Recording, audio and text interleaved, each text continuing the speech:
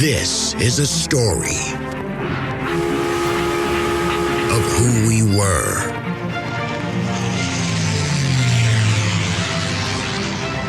how we got here. Houston, the Eagle has landed. Roger, Tranquility. And where we are going.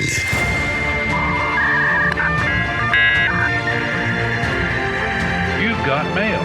So join us as we take history off the page.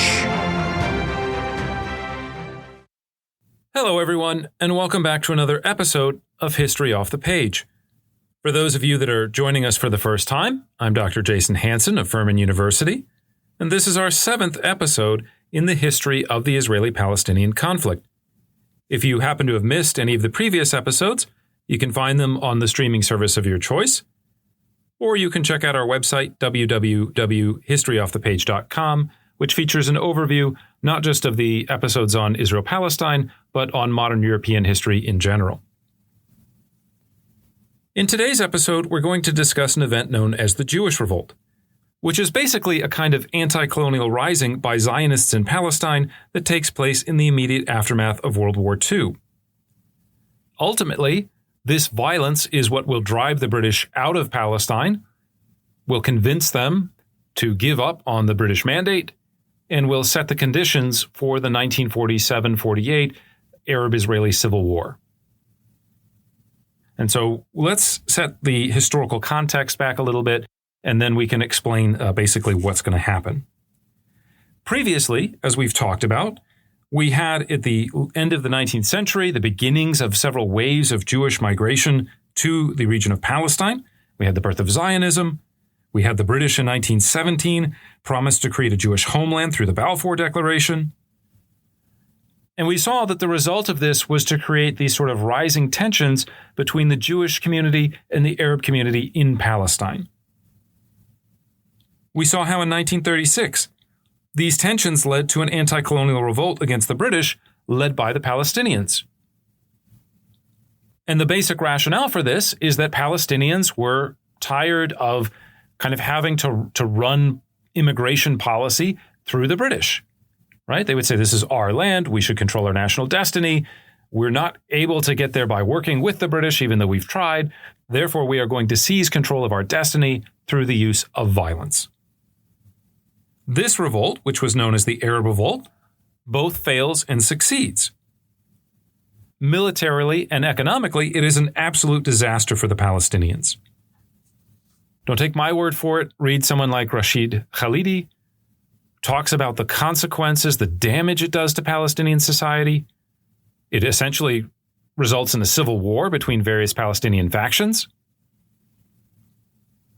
And so in some ways, the Arab Revolt is a kind of prelude or precursor to the Nakba, right? The great disaster of 1948 for Palestinians. On the other hand, though, the Arab Revolt finally makes the British understand the incompatibility between Arab nationalism and Zionism.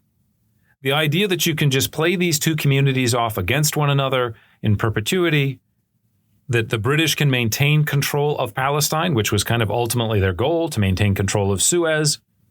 The British finally begin to understand that Zionism is damaging their relationship with the Arab community so badly that they need to kind of switch sides, or they need to abandon this project, if you will, that Balfour announced. And so this becomes crystallized in the White Paper of 1939, which again restricts Jewish immigration to Palestine. Now, when this happens, this is also right on the eve of World War II. This is an era when the Nazis have spent 6 years persecuting Jews, trying to drive them out, trying to make them flee the country. Almost the entire world in the middle of the Great Depression kind of turns their back on these refugees. We don't want them here. We especially don't want the poor, the old, those who will consume resources. That includes the United States, by the way. That includes Great Britain. And so for many Zionists, as they're looking around at the situation, even those who are not sort of hardcore Zionists, as they look around at the situation in 1939, the idea of seizing control of the territory, of taking control of one's own destiny, seems to be more and more of an imperative. right? The idea of working with the British seems to not be working, and so you're going to just take matters into your own hands. Now, as this moment happens in the summer of 1939, you also, of course, have the tensions rising in Europe itself and the outbreak of World War II on September 1st, 1939. And so what basically begins to happen is this revolt will be put on hold. The three communities, the British, the Jewish community, and the Arab community, largely, at least in Palestine itself, work together against the Nazi threat. And we talked a little bit about why this was. We talked about Nazi racial ideas. We talked about how they discriminated basically against both Jews and Arabs. And so there's a lot of reason, regardless of what your position is against the British, there's a lot of reason to think we don't want Hitler to win the war. The major difference between the Jewish revolt and the Arab revolt, of course, is that the Jewish revolt was successful. Now, there are some structural reasons for this, and we'll get into it in the course of the podcast. But probably the biggest, most important factor is one that really actually had nothing to do with Arabs or Israelis at all.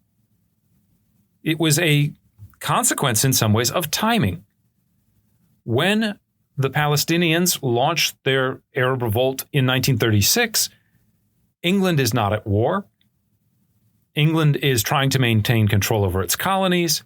England has not suffered through World War II yet, the financial costs, the loss of life. It's a relatively strong, and one could argue healthy England that confronts the Arab or Palestinian population in 1936 all the way through 1939. When the Jewish revolt happens, it happens directly after World War II. It happens in a moment when England is exhausted, when obviously they've just spent all this time fighting, they've spent all this money fighting, all the equipment, all the hardware. The British are also not yet ready to give up on the idea of empire, so they're trying to kind of hold it together at a global scale. The British are trying to figure out, okay, what is going to be our relationship with Egypt? What is going to be our relationship with Iraq? What are we going to do about places like India? So they're trying to manage globally this empire at a moment when they're already weak.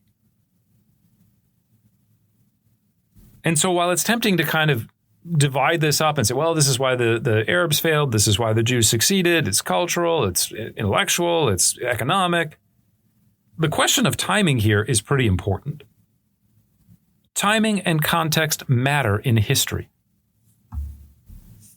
I mentioned the college protests going on right now. One of the reasons behind the divestment movement is that college students are looking at the example of South Africa and the end of apartheid in the late 1980s, early 1990s. Without getting into the details of that, one important part of that context is that it happens at the end of the Cold War, when interest in supporting authoritarian governments, the idea of our foreign policy should be divorced from kind of our moral policy, that idea is beginning to fade, especially by the late 1980s. So the context is important. Another kind of interesting question to think about here before, again, we get into the heart of the matter is, as I mentioned, from 1939 to essentially 1944, the three sides do get along. They do work together. So why couldn't that have been the basis for building a multinational state in the immediate aftermath of World War II? Why couldn't they have let bygones be bygones, recognize that, hey, we both don't really like these kind of racial judgments that are coming out of Europe and in Nazi Germany? So why couldn't the two cooperate after World War II, after you had this successful moment of at least tolerance and somewhat cooperation?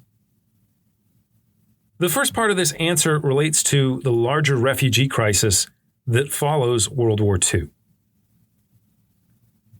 Basically, as I'm sure you're aware, during the war, there are a number of people who are displaced. You have people that are put in concentration camps. You have people that are brought in as slave laborers. You have people that are deported. You have people that are exiled.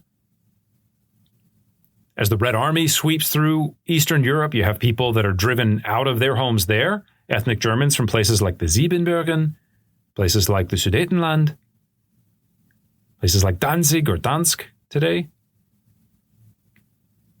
So the European continent is full of, again, what we would call these displaced people, including thousands and thousands of Jews. Now, when the war ends, I think for most of us, we think, okay, the war's over, rebuilding, go back home. Certainly, I'd like to think that if, God forbid, I was ever driven out of my home and forced to flee, that when the war ended, I could come back to my home and just resettle there. We're giving this podcast right now. It's May 2024. They're talking about a ceasefire in the war in Gaza. And one of the big kind of conditions was the idea that people who have fled northern Gaza can return there afterwards.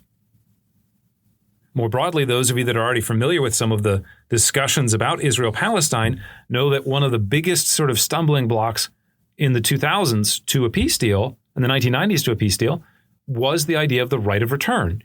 That there are over 700,000 Palestinians that flee during the Arab-Israeli War in 1948. Shouldn't they be allowed to go back to their homes? Going back to your home, however, is often more difficult than it should be. If you think about the process, especially if you've had to flee your home, not just because there was fighting there, but because of the kind of ethnicized conditions going on there, it's really, really hard to go back and put yourself in that situation again. Think about someone who's Jewish. Would you go back to Poland? Go back to Germany? Would you stay in France? Knowing that French police officers, Dutch police officers, Slovak police officers, Ukrainians, they had arrested and rounded up Jews during the war. Would you go back and live next to your neighbor that even if they weren't an active member of the Nazi party, even if they didn't say, oh, I think all the Jews are evil and they should be deported and they are responsible for all the bad things in the world, would you want to live next to that person ever again? Would you want to live next to your neighbor that looked the other way when you or members of your family, maybe your parents, your grandparents, they didn't do anything to stop it? Also, even though if you go to Germany today, if you go to many parts of Europe, the question of anti-Semitism is much different than it was, right? The number of people that would say, oh, I don't like Jews, right? That number drops precipitously after World War II. But it's not immediate. You go back home to a place in Germany and your neighbors still are sort of coming out of the Nazi propaganda, coming out of this belief of Jews being, again, responsible for all the evil in the world. Are you really going to build a new home there? Are you really going to start again?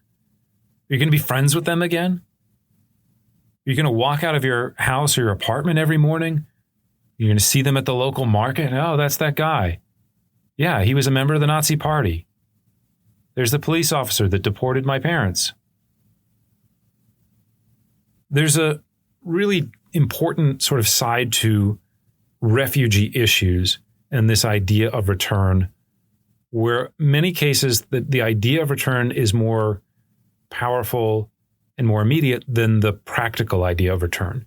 In other words, refugees will often talk about the idea of going home one day, but as they start to build roots in a new community, as they start to rebuild, the desire to go back home is one that is more emotional than one that they think is ever actually going to come true. You can see this, by the way, if you talk to Syrian and Iraqi and Afghani immigrants, migrants, refugees that were received by Germany in the middle 20-teens. Right? They don't want to go back even if the civil war ends because they've started building a new life, and they're obviously, there's no guarantee that the people that are creating the violence now won't come back. Anyway, to bring all this back together, when World War II ends, you have about 100,000 Jews living in Germany in displaced people's camps, or DP camps. Where are they going to go? What are you going to do with them? You have, in 1945 into 1946, the rise of communist dictatorships in Eastern Europe. Maybe I was from Warsaw, maybe I'm Polish, and actually, my friends, my neighbors, they were members of the resistance, they helped us, they smuggled food into the Warsaw Ghetto. Great. Do I want to go live under communism? I mentioned a moment ago that anti-Semitism basically goes down in Europe eventually. But in the immediate period after 1945, in the 1940s basically, anti-Semitism actually increases in many European countries. In the summer of 1946, as the communist dictatorships are being set up, as they're looking for enemies, as they're trying to teach people about the proper way of thinking in a dictatorship, they will begin, led first and foremost by Joseph Stalin, they will begin to develop a program of anti-Semitism. Jews get read as being sort of cosmopolitan, transnational, and Stalin doesn't like this, and it eventually will culminate in something called the Doctor's Plot that we can get into another day. But even by the summer of 1946, even before the Doctor's Plot really takes off and it kind of becomes official Soviet policy, there are new pogroms happening in Eastern Europe just after the Holocaust has happened. In the summer of 1946, 90,000 new refugees arrive in what becomes West Germany. 25,000 more Jews arrive from the Balkans. And by the end of 1946, over 250,000 Jewish refugees are packed into West German DP camps. So what are you supposed to do with all these people? 250,000 people is a lot of people to try to resettle. There isn't space for them in Europe, or I guess another way of putting that is that everybody's bombed out, everybody's recovering. What do you do with these people? West Germany actually absorbs millions of ethnic Germans who have been driven out or expelled from Eastern Europe. About 3 million from Czechoslovakia, about 3 million from Poland. There's 6 million people that you have to find homes for, that you have to find food for. And oh, by the way, your country was just destroyed. The infrastructure was destroyed during World War II. So one of the big catalysts behind why this problem intensifies after World War II is you have these hundreds of thousands of Jewish refugees. Where are we going to put them? Palestine becomes, for the superpowers, increasingly the answer. Palestine seems like a kind of natural place that they can go. They want to go to Palestine in many cases. Many of them, having lived through the Holocaust, having lived through Nazi persecution, have decided, look, the only place we can be safe is in a Jewish state. Herzl was right. And so just as we saw the Arab Revolt was kind of generated in some ways by waves of Jewish refugees who were trying to flee Nazi Germany and who saw Palestine as being the best solution possible, history repeats itself. And after World War II, again, there will be this big kind of pressure coming from these Jewish refugees. This leads to the second problem that kind of makes the Israeli-Palestinian issue so unsolvable, which is that the more pressure there is, the more and more individuals want to control their own destinies, politically speaking. In the run-up to World War II, as Nazi Germany is carrying out those persecutions of Jews, as they want to come to Palestine, the Jewish population is only about 30% at its height. One could argue that there was still room for more refugees to be accepted. But the problem is Arabs were concerned, obviously, about the idea that they wanted to build a Jewish state. And so what happens if we lose our control over our own political destiny? How can I trust that the other side isn't going to start trying to manipulate things, to seize land, to take things from me? We have to maintain control. And so the point I'm making here is that decades of political and economic rivalry, episodes of local intracommunal violence, the rise of political figures like the Mufti, Jabotinsky, and other maximalists makes people on the ground increasingly distrustful of other people's intentions. The Arab resistance to Jewish immigration, which is perfectly understandable from an Arab perspective, happens during a moment of existential crisis for European Jews. It convinces these Jews that they need complete control over the politics of the region, that it's not enough just to be a minority, a Jewish minority living in an Arab country, because when push comes to shove, they are not going to be there to defend you or to provide space or to help out your fellow Jews. So basically, Zionists then want more control. This is the very thing that Arabs fear. And there's no way to kind of square this round peg.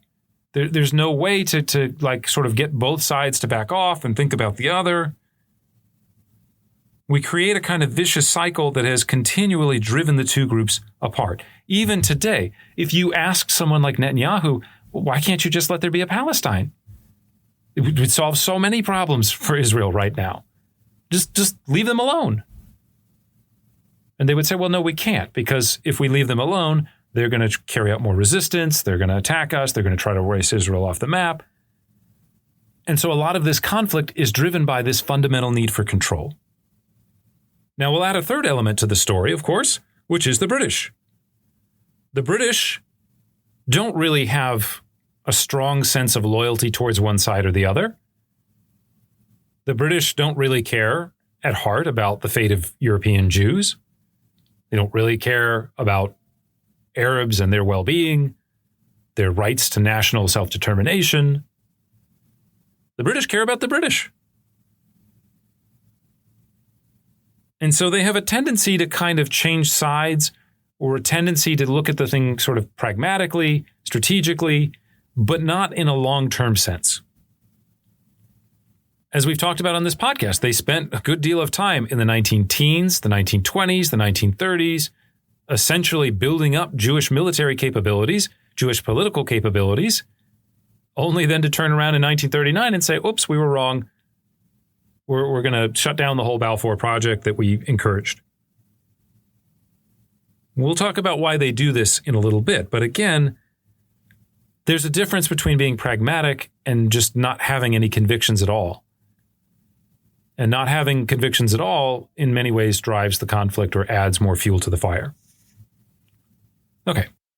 As World War II begins to wrap up, I want to start by kind of talking about the Palestinians as all this is going to go on, because the Jewish Revolt is not really directed at the Palestinians. As I mentioned, it is an anti-colonial revolt. It is Jews against British or Zionists against British. And the Palestinians are there, but they don't play as active a role in the conflict. In many ways, it's very similar to what the Jews experienced during the Arab Revolt in 1936. So let's take a minute to talk about the Palestinians and what's going on in Palestinian society, because I would also say this, there's a lot more to Palestinian history than just suffering and victimhood. So after World War II, the Palestinians are basically dealing with the same issue that has been at the core of Palestinian history for at least 100, 150 years maybe, which is who speaks for the Palestinian people. In the 1920s and 30s, the Mufti Haj Amin, as we saw, had rapidly concentrated power. He tried to claim this role. But there were also rivals to him, people like the Nashashibi clan. They were the members of the Istiqlal Party, and even more radical nationalists like Izz al-Din al-Qassam. The revolt in 1936 had left Palestinians splintered, without the type of organizational structure that the Yishuv or the Jewish community of Israel had. During World War II, this fracture becomes intensified, even though by and large, most Palestinians work with the British, side with the British, many fight for the British. You do have people like Haj Amin who see the future liberation of Palestine as a road running through Berlin, right? Who are overtly supportive of the Nazis and try to help them. And so as all this is going on, the British will exile many Palestinian leaders. The British try to suppress political sentiments that could undermine the war effort. And so when the war ends in the summer of 1945, there are a variety of Palestinian leaders who are not on the ground and who can't just get on a boat and come back home. Now, of course, the most notable of these is Haj Amin himself, who had spent much of the war in Germany. Again, I read some of his radio broadcasts. We talked about some of his anti-Semitism or anti-Judaism, if you prefer. The British are not going to allow Haj Amin to come back into Palestine and have another go at it, right? Try to start another revolt or another rebellion. And we'll pick back up on his story in just a moment. Before we get there, though, it's worth noting that during the war years, the Palestinian national movement within Palestine also begins to rebuild itself. In 1943, for example, several former leaders of the Istiqlal, or the Independence Party, Ani Abd al-Hadi, Rashid Haj Ibrahim, and Ahmad Hilmi Pasha, all of them begin an effort to rebuild a national committee that will finally reflect and represent the will of the Palestinian people. Again, this is something that really hasn't existed. The British have been creating institutions here and there.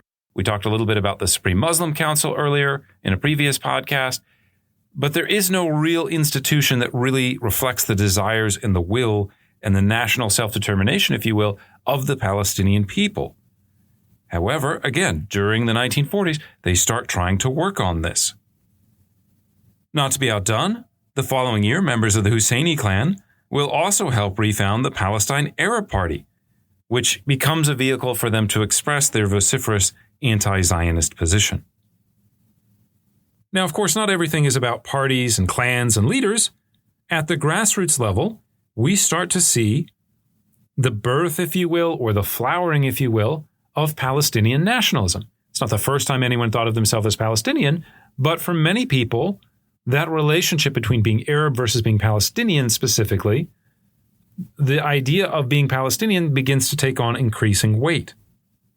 In 1944, for example, Palestinian students at Egyptian universities set up an association of Palestinian students. Why is that remarkable? Well, because before they would have just said we're all Arabs.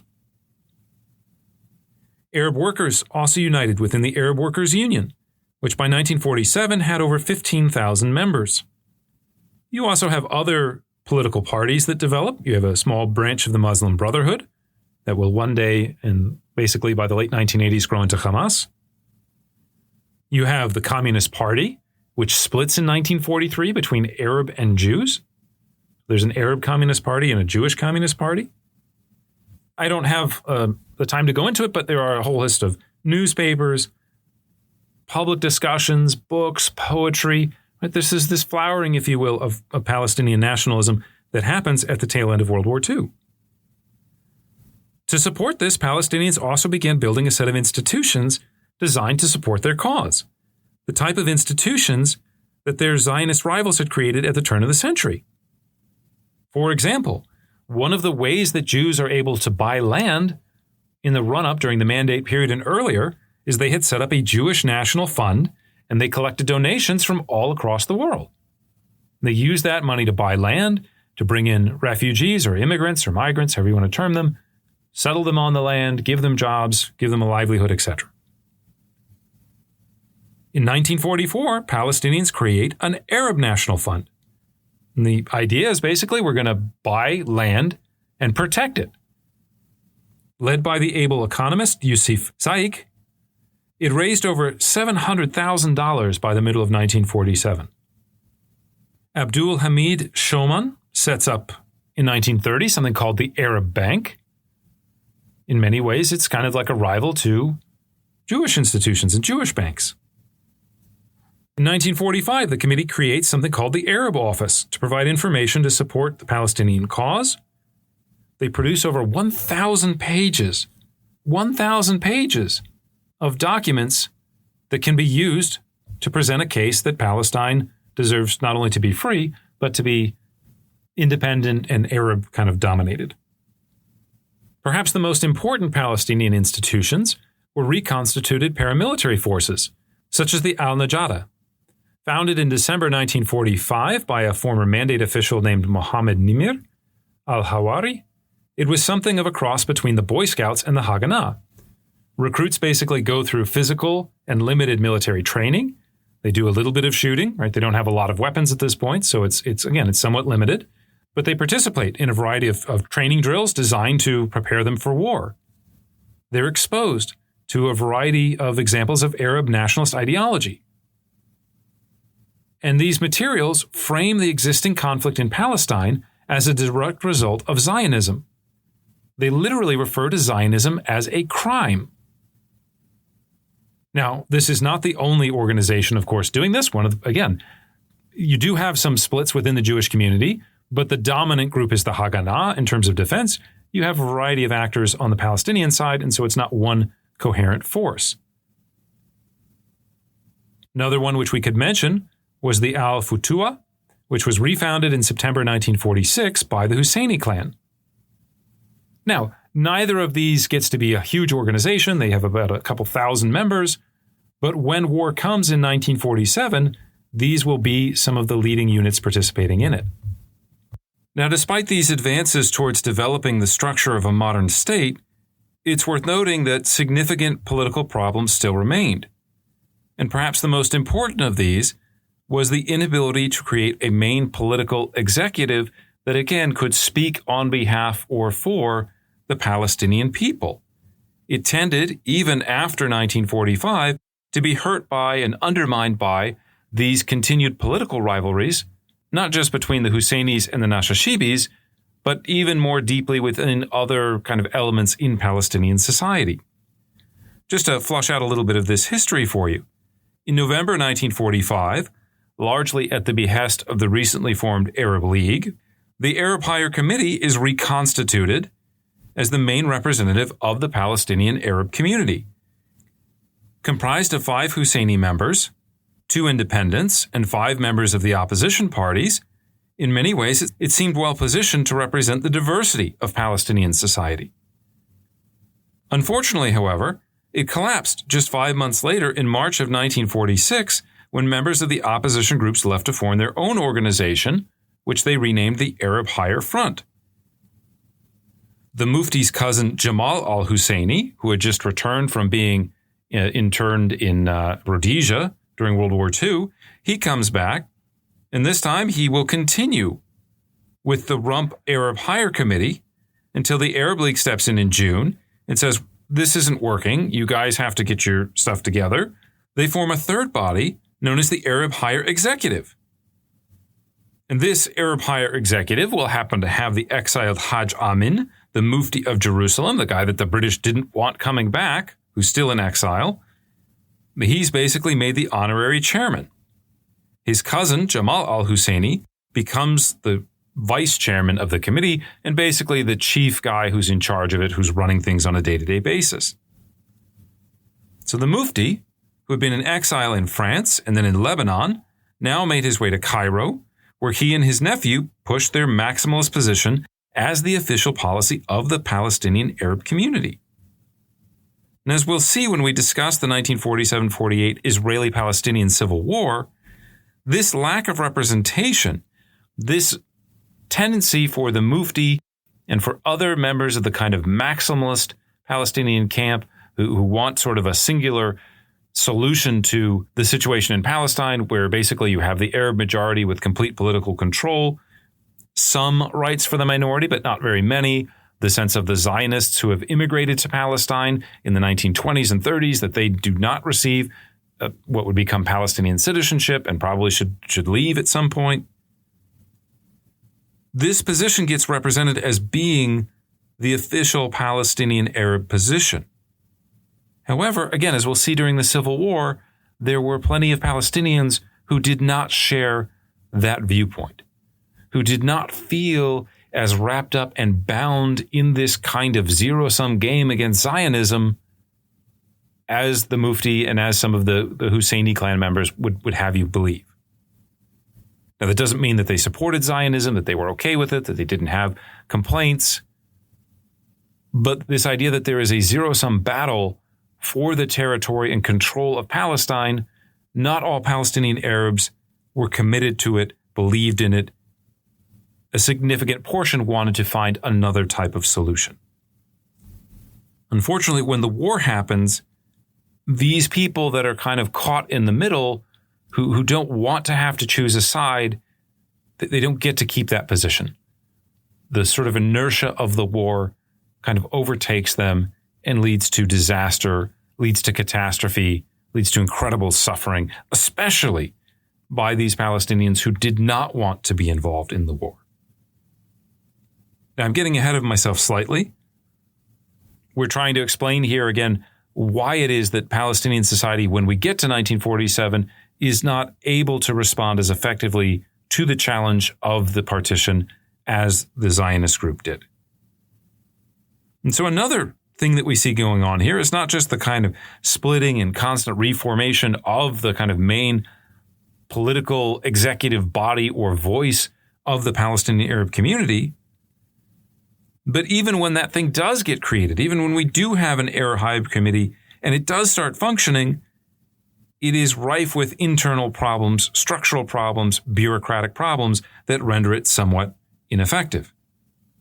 The Arab Higher Committee is not the kind of embryonic form of a Palestinian national government.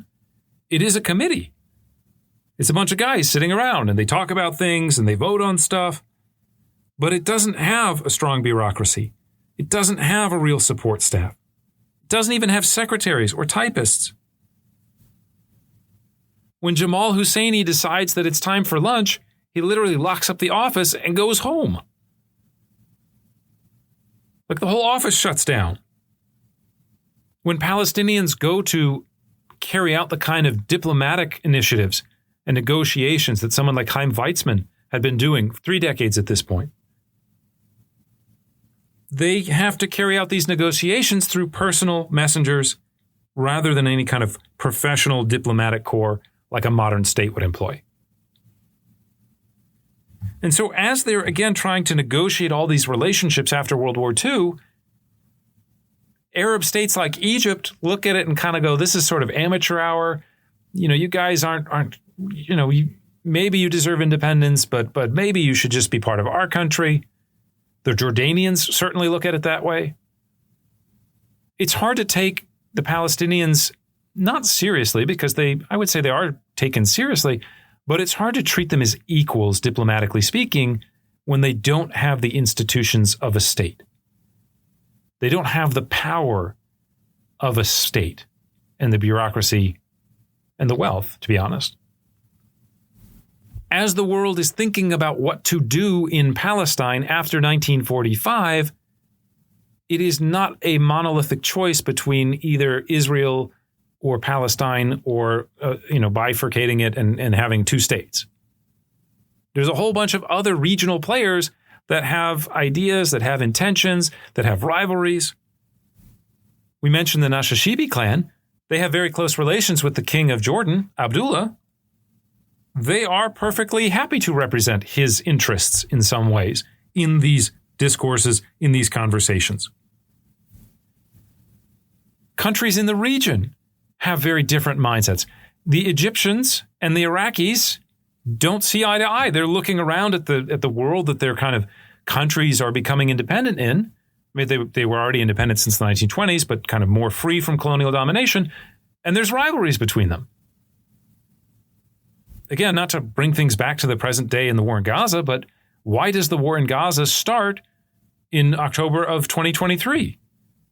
It's partly because Israel was reaching or getting close to an agreement with Saudi Arabia and some other countries for normalization of relations. Why are the Saudis interested in that all of a sudden? Because they have an intense rivalry with the Iranians. Middle Eastern politics is enormously complicated, and they often don't see eye to eye. Even, we'll get to the 1967 Six-Day War, but a huge part of that is the Syrian-Egyptian rivalry. And they're kind of like frenemies. Anyway, the point of going into all this is that these relationships get replicated on the ground within Palestinian politics. So-and-so is kind of seen as a voice for this group. This other person is seen a voice for that group. The founder of the Arab Office, for example, is a Cambridge-educated lawyer named Musa al-Alami, who had played a significant role in shaping the White Paper of 1939. Would seem to be a fairly prominent Palestinian politician, a very prominent Arab politician. He's ridiculed by members of the Khalidi family, who accuse him basically of representing British interest rather than Palestinian interest. You find this again and again and again. This kind of foreign interference is not limited to the United States or the Soviet Union. We'll talk about them more in a following episode. Again, the Jordanians under Abdullah look at the territory in the West Bank and say, wow, we'd really like to take that land. Abdullah says, I will be the guardian of the Palestinian people. We'll get rid of British colonialism. We'll replace it by a kind of Jordanian Hashemite colonialism. You don't want to call it colonialism, imperialism. Right, but Abdullah isn't directly interested in the nationality question. He's not, thinking of it in sort of Wilsonian terms, national self-determination. He's thinking, I am the king of this country. I want my country to prosper. Here's an opportunity to get land and citizens. What do I need to do to either control it directly or indirectly? In the end, these limited steps were not enough to successfully mobilize Palestinian Arab sentiment at the twilight of the Mandate. By 1946, Palestinians had begun to develop a national leadership capable of participating in international debates over the future of the land. But they lacked the infrastructure to secure their national vision on the ground. Simply put, the Palestinian versions of the Histadrut or the Haganah they're too small, they're not developed enough, they don't have enough money or weapons. It's possible with more time they might have gotten there. But again, this sort of refugee push building, the pressure building from the refugees, it makes a settlement in Palestine in the immediate moment imperative, not just for people living there, but globally. Of course, Jews living in Palestine do have these institutions. And more importantly, perhaps, they've had an entire generation of men and women who have grown up under these institutions, who have experienced national Jewish life that Zionists had talked about back at the turn of the 19th to the 20th century. Zionism wasn't just a political philosophy, it was lived experience for an entire generation of Jews living in Palestine. Now, the question of what to do, you have, as you do in any country, as you have, we just talked about Palestinian infighting, there's plenty of divisions within the Jewish community itself, especially over the question of, well, what is it that we actually want? Do we want, like Vladimir Jabotinsky, a kind of maximalist approach, complete control of the land, drive out anybody else that's there, drive out the indigenous inhabitants, and let's take it over and secure our own destiny that way? Are we willing to settle for a power-sharing agreement within a binational state? What if you had a state, the majority was Arab, but there were certain percent of the council representatives were guaranteed to be Jewish. Hebrew was recognized as an official language of the state. Could you have built a binational state? Could you have accepted just autonomy?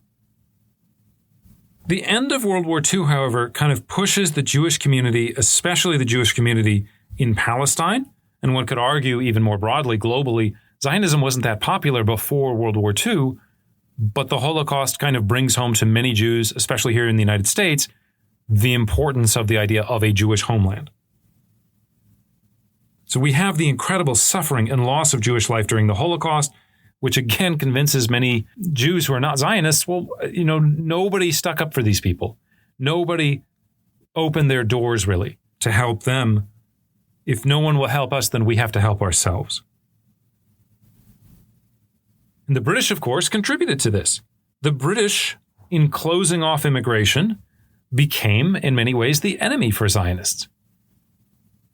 Many Palestinian Jews who were perhaps on the fence became convinced that the British could not be trusted to look out for Jewish welfare, that your national destiny, or the destiny of you as an individual, but as defined through kind of part of an ethnic group, that is always going to be subject to the whims of someone else's political needs. No one really likes to hear that to begin with, but if you throw on top of that just having come out of this catastrophe of the Holocaust, it's not hard to see why Zionists would conclude that they needed to use violence to drive the British out. And so basically, towards the end of World War II, Zionist organizations will begin to get together. They will begin to organize a campaign of terrorism, insurgency, whatever word you want to use, rebellion, revolt, resistance. That's the big word today, of course, resistance. But they will start their own revolt against the British, which is going to be the subject of most of what I talk about here in the remaining moments. Now, this revolt actually begins in 1944 with one of the more radical groups called the Lehi, who decide they're not going to wait for the end of World War II. The British have closed off Palestine. They have to open it. They need to get these Jewish refugees, the ones that they can smuggle out. And so they actually begin an offensive campaign against the British while World War II is still going on. Now, the main Jewish Defense Force, the Haganah, decides to wait until the war's conclusion, as did the Etzel or the Irgun.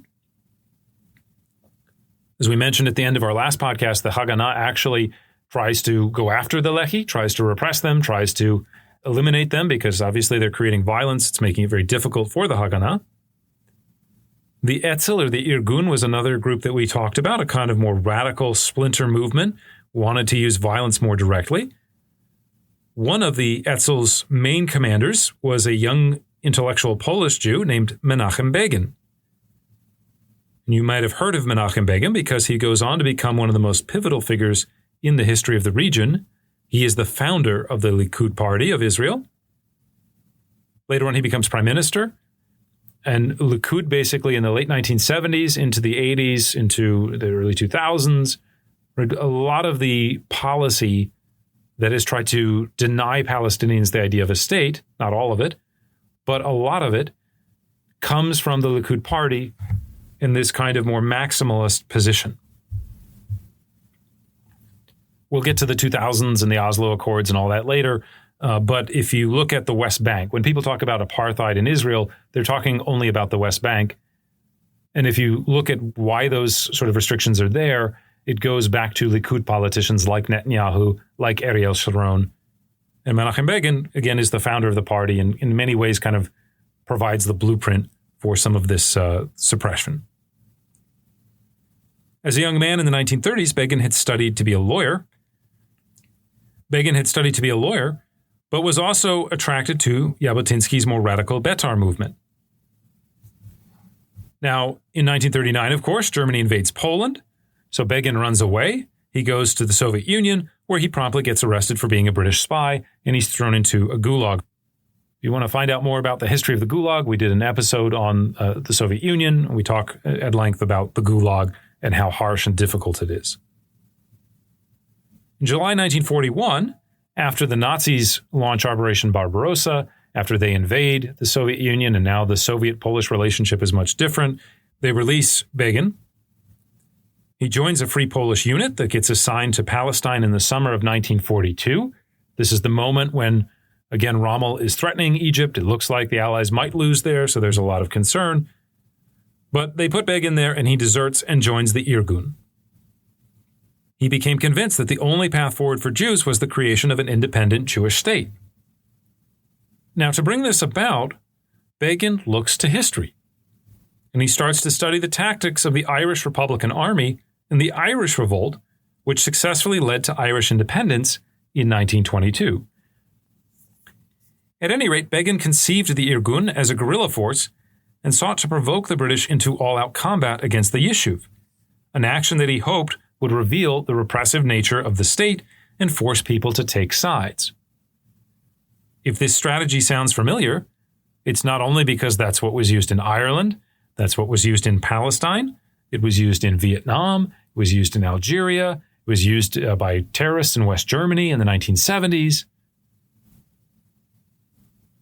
By the start of 1944, Begin had become the Irgun's leader, and on February 1st, he announced a formal rebellion highlighted by the bombing of immigration offices in major cities. So the Jewish Revolt kind of starts again in 1944. It doesn't start with unity. The Haganah was not ready for it. They wanted to wait. But these kind of violent episodes begin in 1944. Now, unlike the Arab Revolt of 1936, The Jewish Revolt was much better planned in advance and was much more structurally directed from above. There are some elements of the Arab Revolt where you do have, like the Arab Higher Committee, driving things, speaking for the Palestinians, making decisions. But the Jewish Revolt has much better organization, and once you get to 1945, there will be much clearer unity between the parties. The civil war that sort of happens between the Haganah and the Lehi in 1944-45, that ends, and instead the sides work together. And this is one of the sort of deeper explanations as to why the Israelis win the Israeli War of Independence. It's because there is so much better coordination and unity among those sides than what existed in the Arab world. Now, I mentioned that the Jewish Revolt is kind of organized from above. Because of this, it has a clear strategic objective, which is based on the idea that basically the British have no convictions, that you can kind of push the British into doing what you want them to do. All they're doing is making calculations about what's sort of best for Britain. To put this another way, the lesson of the Arab Revolt seems to be the Arabs have become a kind of bigger pain in the butt for Britain than the Jews, and so now the British are going to placate the Arabs. So the response then, of course, is to become a bigger pain in the butt, right? To show the British the cost of abandoning the Balfour Project in the hope that you can kind of push them back in that direction. And so basically they start this uprising, this use of violence against the British. There's a brief moment in the summer of 1945 when the British Labour Party comes to power and the Zionist leadership hoped that they could work something out. Labour had always been very strong in the Zionist movement. But basically the British look at the situation and say, we need to rebuild. Rebuilding means access to cheap oil. Who has the oil? It's the Arab countries, not just Palestine, where there's not a lot of oil, but the entire Middle East, Egypt, Saudi Arabia, places like that. We need the Arabs on our side. And so the Labour government continues the rejection of Balfour. Now, I just mentioned this sense of unity. In November of 1945, members of the Haganah, the Lehi, and the Etzel all agreed to mutual cooperation. And not just in a kind of abstract, okay, we won't attack each other anymore, but they actually agree to work under the leadership of the Haganah. The Haganah did not officially come out and make a big deal about being part of the rebellion. The Lehi and the Irgun take the lead in terms of organizing this terrorism. The most spectacular episodes of violence are led by the Lehi and the Irgun. This campaign is violent. This campaign is terrorism. This campaign is insurgency. Right? We have to use those words because that's what it is. Now, it is also targeted. They are not just going around trying to kill as many British people as possible. Right? They still want some goodwill from the British. They want to be able to push the British into allowing an independent Jewish state, or to at least start immigration up again. And so they tend to attack facilities or places that are linked to British colonial control and especially immigration policing. For example, on the night of October 31st, 1945, Jewish partisans bombed the railway system across Palestine, including rail lines, locomotives, and the train station at Lida. The Lehi attacked the oil refinery in Haifa. When British Foreign Secretary Ernst Bevin announces in mid-November, again 1945, that Britain would not support the idea of a future Jewish state, it resulted in large-scale riots across Palestine, led by Jews, or Jewish riots, right? There were more attacks than on British soldiers and infrastructure. We're talking about things like attacking intelligence offices, internment camps, police stations. One early attack in early 1946 by the Irgun blows up a British payroll train. Right? You don't necessarily want to kill the British. They were working with you during World War II. They had supported the Balfour Declaration. You want them to get back there, so you want to push them in a direction. blow up the troops' pay. So they don't get paid, and the troops are going to be unhappy, but they're not going to look at that and go, oh, now these, clearly it's all these Jews' fault. Theoretically, at least, there's a place to say, well, the government should have taken care of our pay. A week later, they hit an electrical substation in order to attack an internment camp. And later on, they'll start trying to bomb British airfields. Now, the British respond, of course, by transferring more troops into the area. They follow the typical kind of playbook for counterinsurgency. They set up roadblocks, observation posts. They fortify some of those police stations. They cordon off districts and areas, make people go through security checkpoints. And they actually round up thousands of local suspects. The most spectacular instance of violence comes in the summer of 1946, when the Irgun will bomb the King David Hotel in Jerusalem. The King David Hotel is not just a kind of hotel, sort of center of population, but it was also the center of British colonial government. Now, there is some backstory to this. There were some sensitive documents that kind of implicated the Haganah. So the British had captured them, but not kind of gone through them yet. And so the Lehi basically decide to blow up the hotel in order to destroy that evidence. To do so, they smuggle in some explosives inside of milk canisters. They phone in a warning. This is, if you're familiar with the Troubles, especially the very beginning of the Troubles, this idea that I'm going to blow up your bar or your office or something like that, but I'm going to call ahead of time because I'm not really trying to kill you. I'm just trying to send you a message. So the Lehi phones in and says, we planted this bomb, but the bomb is not taken seriously. And so when the bombs go off, they actually destroy most of the southern wing of the hotel. They kill 91 people, about half of whom were Palestinian Arabs. Right, when we talk about colonial government, especially at the lower ends of the bureaucratic scale, the people working in the colonial governments are often people that are local people. 17 of the victims were Jewish, and 28 were British citizens. Now, the British respond to this by increasing the ferocity of their pacification efforts. These tend to concentrate more on cities than the countryside, as we saw during the Arab Revolt. For example, on the morning of July 29th, 1946, the British cordon off almost the entire city of Tel Aviv.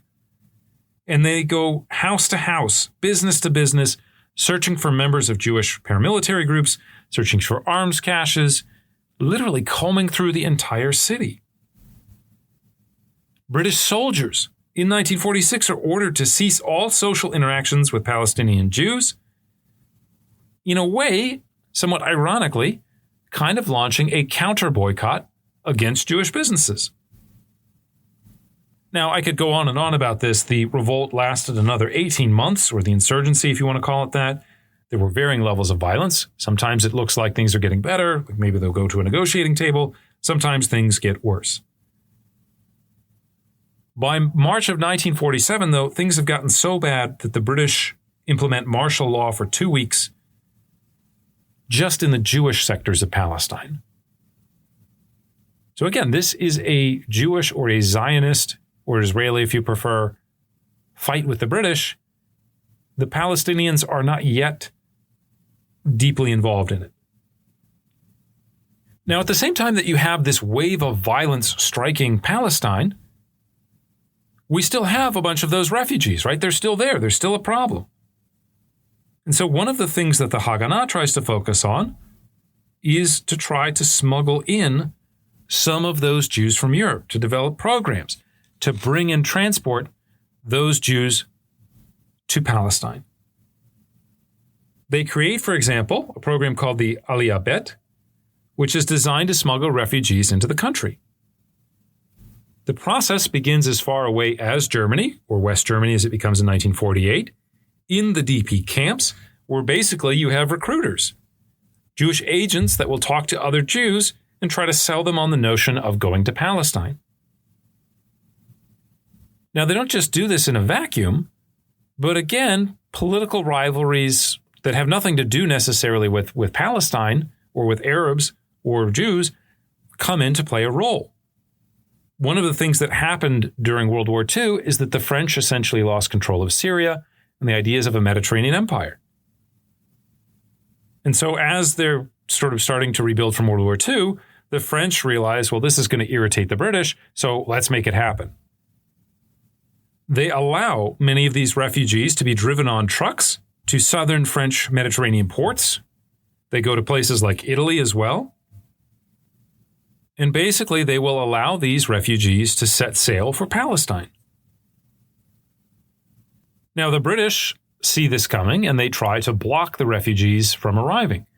Just as in 2015, 2016, you had migrants coming, refugees coming from Syria, from the Middle East, and you had various navies like Italy or Greece trying to sort of stop them, trying to arrest them before they were able to arrive, send them someplace else.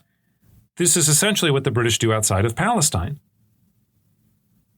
The British capture tens of thousands of refugees and begin to send them to internment camps. Can you imagine? You were in Dachau, you survived, you get out, you make your way to France, you get on a boat, you think you're going to Palestine for freedom, and then suddenly you're right back where you started, this time in an internment camp. You're just not in Germany anymore. The first of these internment camps is built south of Haifa. It's called Atlit.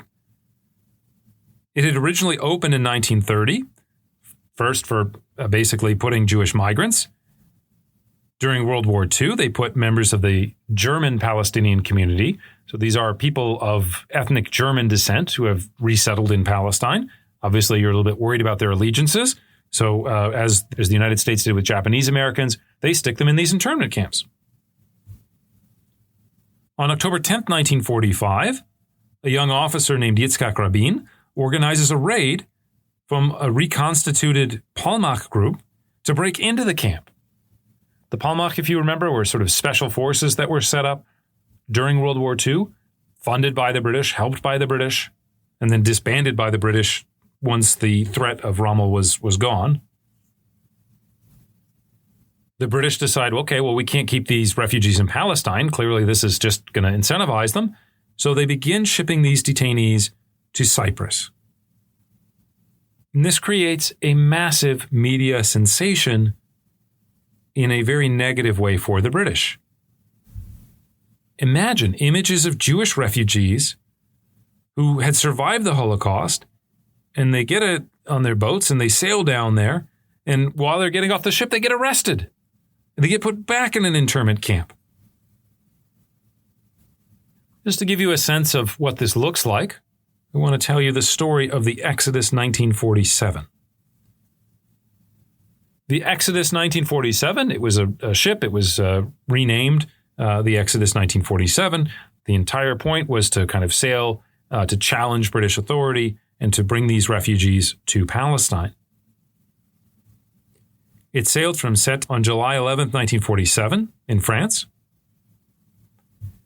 It was not the most seaworthy of vessels. It was in pretty rough shape, but it was something they could acquire. They could put a lot of people on it. The Exodus was supposed to hold over 600 passengers, but they managed to put 4,500 refugees onto it. Now, when the ship leaves the port, the British don't officially know. It didn't file a manifest saying, oh, we're heading to Palestine, come stop us. So they try to kind of play a cat and mouse game. And the British will send British naval vessels, warships alongside. They try to say, where are you going? Where are you going? And the crew just kind of plays music back. As the Exodus 1947 approached Palestinian waters, it was surrounded by 5 destroyers, 2 minesweepers, and a light cruiser. They have airplanes that are flying over the head of this refugee ship. And while that might have been overkill, one could say, the British did need force because the passengers on the ship are not just refugees, but they were armed refugees. They had actually built sandbag defenses. They were prepared to try to resist boarding. And when the British do board the ship on July 18th, 1947, 2 passengers are killed in the ensuing fighting. The ship was so badly damaged that they had to land in Haifa because it was going to sink otherwise. What do the British do with the refugees when they get to Haifa? Well, they stick them on 3 different ships and they say, you're going back to France. The idea here is to send a message. If you try to come illegally to Palestine, you are going to get sent right back where you came from, so don't even try it. As I mentioned, however, the French are not really in lockstep with the British on this. They're kind of pissed about Syria, obviously a long rivalry between Britain and France. And so the French say, no, for humanitarian reasons, they only have to get off the ship if they want to. If they don't want to get off the ship, we're not going to force them to. And so there's kind of this like strike where they basically say, we'll stay on the ship until we get to go to Palestine. Now, it's not entirely organic. The Zionists organizations will send representatives on board the ship. They will try to talk up the idea of, look, we're going to Palestine or bust. Eventually, the passengers of the Exodus 1947 began a 24-day hunger strike. Well, what are the British left to do? You can't force them to get off in France if the French won't receive them. Can't go back to Palestine. Well, the one area that's still under British control is the British-occupied zone of Germany. Germany had not yet become West Germany by 1947. And so they decide we're going to ship these refugees who were in Germany, made their way to France, sailed all the way almost to Palestine. We're going to take them all the way back to Germany. Think for a moment about the image created by this situation. British naval power is being used to force Holocaust survivors to return to camps in Germany where they would be placed behind barbed wire. Right? These are not free camps. This isn't summer camp. Right? These people are not free to go wherever they want. In some cases, they were probably guarded by Germans. Now, there's also a lot of rumor about this. There's a lot of kind of playing this up, right? So it's not like all the guards are German or all the guards are former Nazis. But think about it. You're less than 2 years removed from the Holocaust. And now you've been on this hellacious journey and you started a hunger strike. What are the British going to do with you? We're going to put you back in a camp with barbed wire in Germany, maybe even have a German guard watching over you. When the ships reach Germany in early September, many of the refugees refuse to get off the ship. And so the British will go on board. They will beat them. They will use military police, fire hoses. 33 refugees are injured. 68 are charged with crimes for unruly behavior. The image that the world has of the situation is one in which the suffering and violence that sort of led up to the Holocaust, continued throughout the Holocaust, one could argue, it's not stopping. The problem doesn't seem solved. In many ways, going into 1946, 47, it's getting worse. So in the end, the poor conditions lead to a large number of these refugees being transferred to the American zone where they get released, and once again, many of them try to make their way to Palestine. Now, some of them were caught by the British a second time, and they get placed in internment camps in Cyprus until the British recognized the State of Israel in 1949.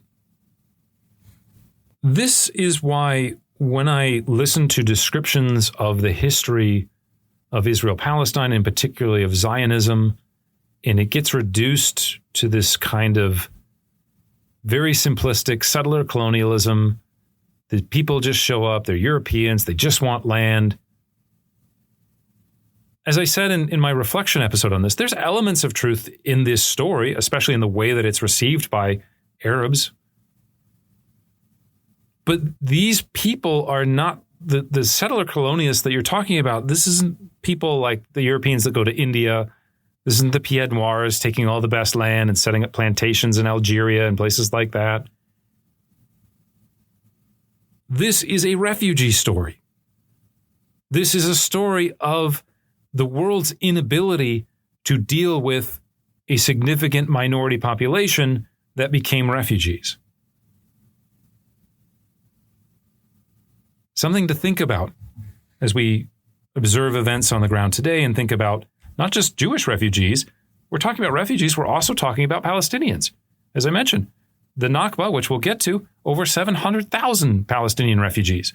The war in Gaza right now, there's more hundreds of thousands of refugees. the world has to come up with a way to deal with this, or we create, kind of situations like the ones that we're talking about today. Okay. So far, I've been talking about the narrow events in Palestine itself because they're the primary reason, obviously, that you're listening to this podcast. But again, as I said, context, global context matters a lot. Events don't unfold in a vacuum. They are themselves the product of a variety of external or international forces that affect conditions on the ground within Palestine itself. And as we've already seen over the course of this podcast, we talked about the Ottomans, the French, the Nazis, the British, the Jordanians.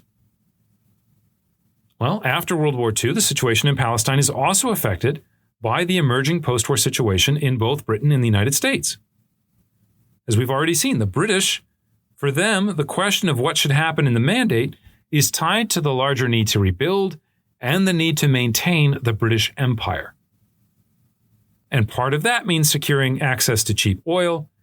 And as a result of both of these issues, the relationship between the United Kingdom and the Arab world becomes politically more important than the relationship between the British and the Zionists. Well, one could argue that the British kind of start down this path with the White Paper of 1939.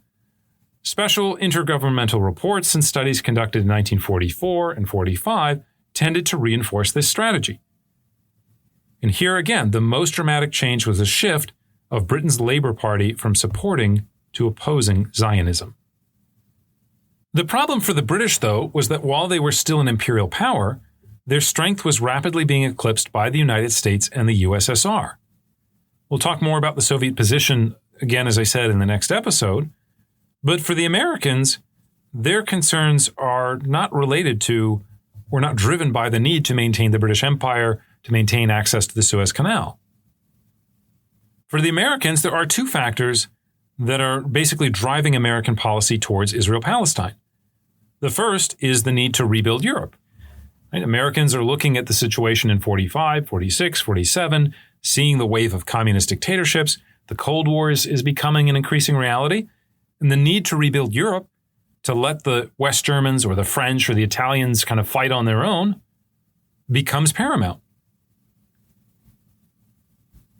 And you can't get to this process of reconstruction, or one could argue that it's kind of limited, while you have these hundreds of thousands of people that are displaced and living in camps.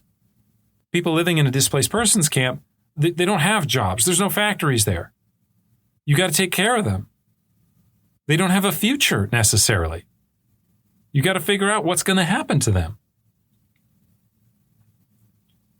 And so for the United States, again, this pressure from the refugees, it's not that they cared about the refugees in and of themselves, when clearly they didn't before World War II, or at least politically it wasn't acceptable before World War II to allow these refugees in, but they feel like we got to solve this problem, we got to do it quickly, and so the most obvious solution seems to be Palestine.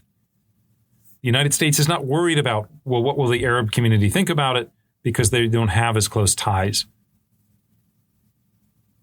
Now, I will say that the State Department in particular and other individuals in the American government are more sympathetic to the Arab position. Very rarely do governments speak with a single unified voice.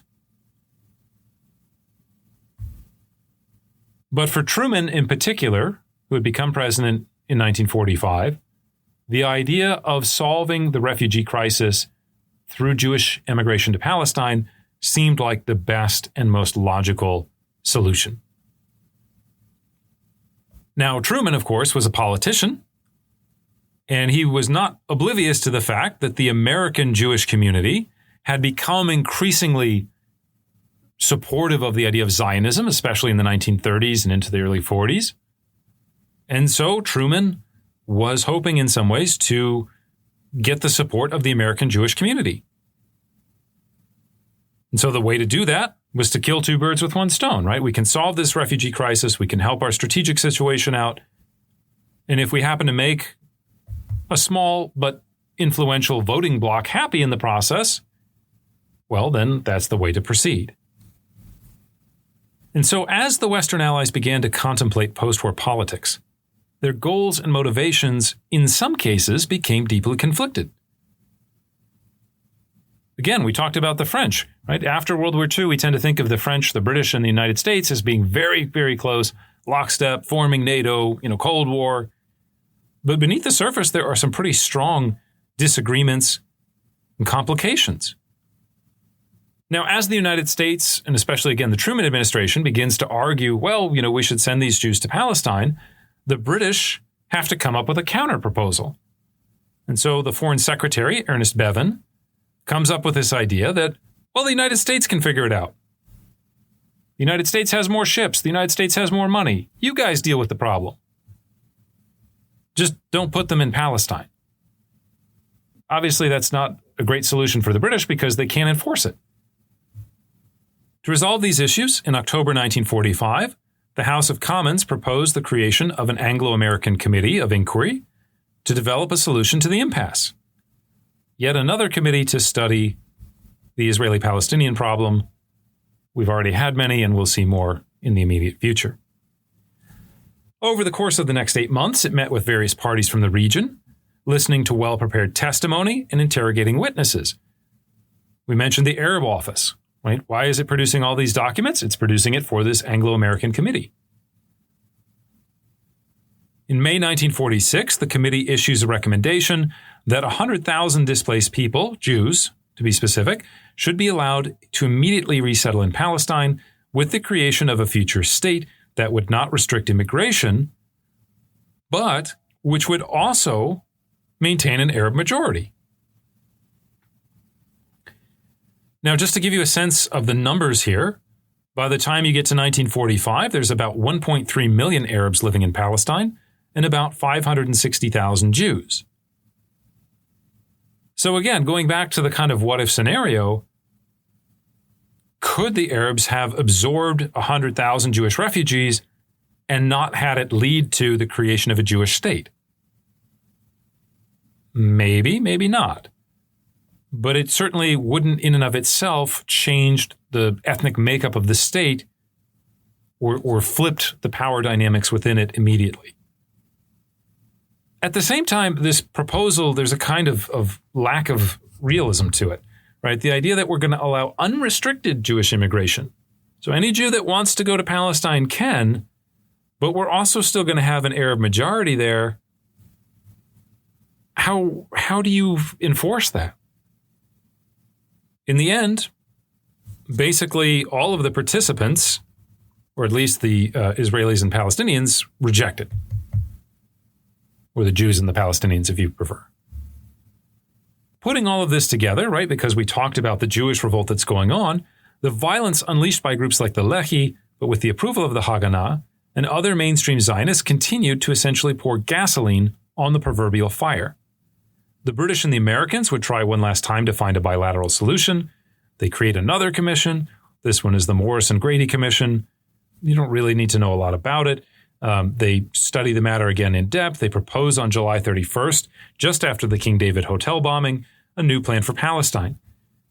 This time, they called for the nations around the world to accept Jewish refugees from Europe, while Palestine itself was divided into separate Jewish and Arab provinces. These provinces would maintain autonomous control over local issues, with a British High Commissioner placed in charge of defense, foreign relations, police, courts, etc. The commissioner would also oversee Jewish immigration, but would promise to allow 100,000 refugees to come in the first year. The British, as it were, would have also been left with full control over Jerusalem and the Negev desert, where they could build a nice Navy base. Now, some of you are probably thinking, this sounds like a fantastic plan for Britain, but how does it help either the Israelis or the Palestinians? And of course, the answer is it doesn't. So the Zionists reject it as being too limited. The Palestinian representatives refuse to negotiate with it as long as Haj Amin is not allowed to be in the discussions. The British, in September of 1946, searching for any way through the crisis, they start negotiating with other Arab states, which the other Arab states are not the ones who are on the ground that have to live with the solution, right? You got to negotiate with the Palestinians. You got to negotiate with the Israelis. You can't just bypass it.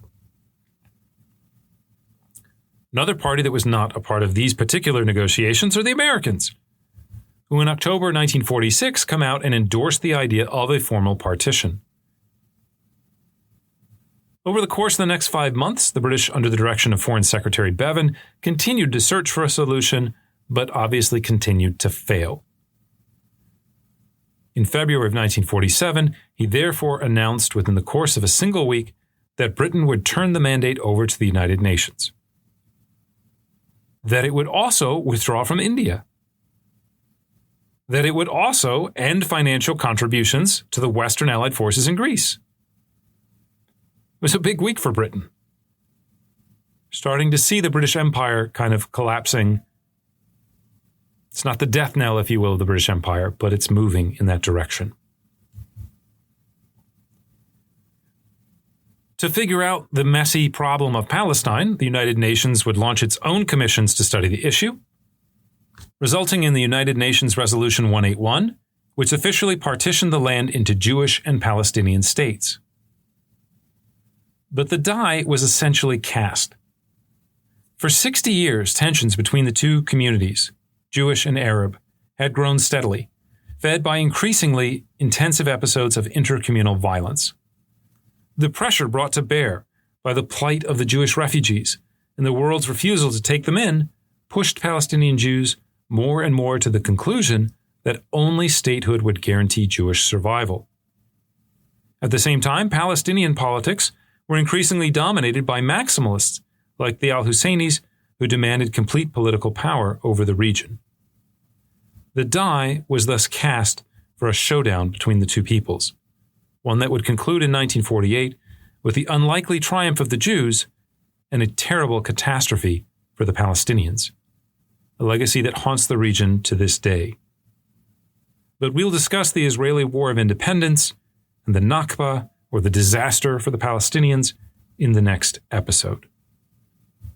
That's our show for today. I'd like to thank you for listening.